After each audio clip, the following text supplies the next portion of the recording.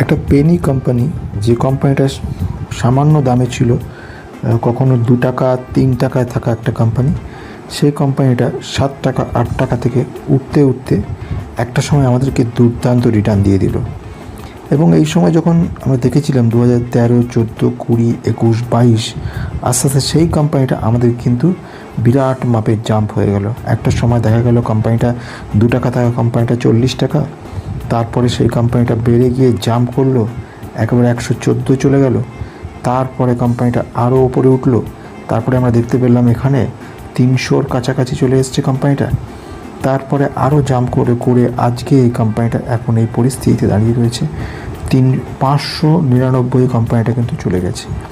এটা তার ইন্টারেস্টিং জায়গা তৈরি করেছে আমাদেরকে।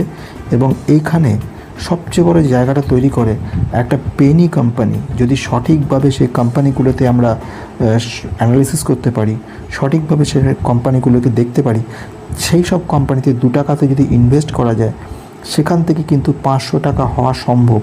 এবং আপনাদের চোখের সামনেই সেটা কিন্তু দেখিয়ে দেওয়া হলো কতখানি উন্নতি করতে পারে। 800% রিটার্ন আপনাকে দিতে পারে একটা বছরের মধ্যে। অর্থাৎ কেউ যদি 1 লক্ষ টাকা এখানে ইনভেস্ট করতো এবং সেই যদি সেই একটা বছর রাখতে পারতো, তাহলে 1 লক্ষ টাকাটা 800 গুণ হয়ে যেত আমাদের বিভিন্ন বিষয়।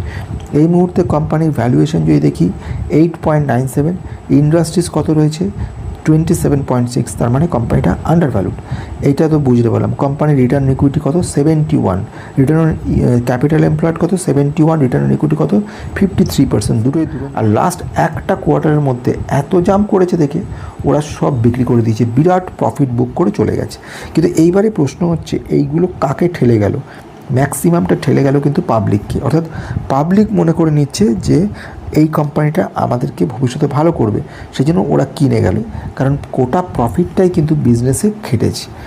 এখন এত বেশি প্রফিট চলে এসছে এদের যে এই টাকাটা পাওয়ার সঙ্গে সঙ্গে প্রোমোটাররা কিন্তু ম্যাক্সিমামটা সেল করে দিয়েছে।